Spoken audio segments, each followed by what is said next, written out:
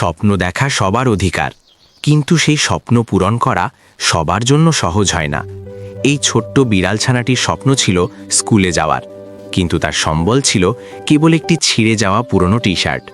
অন্যদের উপহাস তাকে থামিয়ে দেয়নি, বরং তার মনের জেদ আরও বাড়িয়ে দিয়েছিল। সে জানত কারো দয়া নয়, নিজের পরিশ্রমই তাকে তার লক্ষ্যে পৌঁছে দেবে। কখনো মিষ্টি বিক্রি করে, কখনো ভারী ইট বয়ে, আবার কখনো পরিত্যক্ত প্লাস্টিক কুড়িয়ে সে একটি একটি করে কয়েন জমাতে শুরু করলো। প্রতিটি বিন্দু ঘাম তাকে তার স্বপ্নের পোশাকের কাছে নিয়ে যাচ্ছিল। অবশেষে এলো সেই মাহেন্দ্রক্ষণ। নিজের উপার্জিত অর্থে কেনা নতুন ইউনিফর্ম পরে সে যখন আবার স্কুলের করিডোরে পা রাখল, তখন উপহাসকারীরাও বিস্ময়ে নির্বাক হয়ে গেল।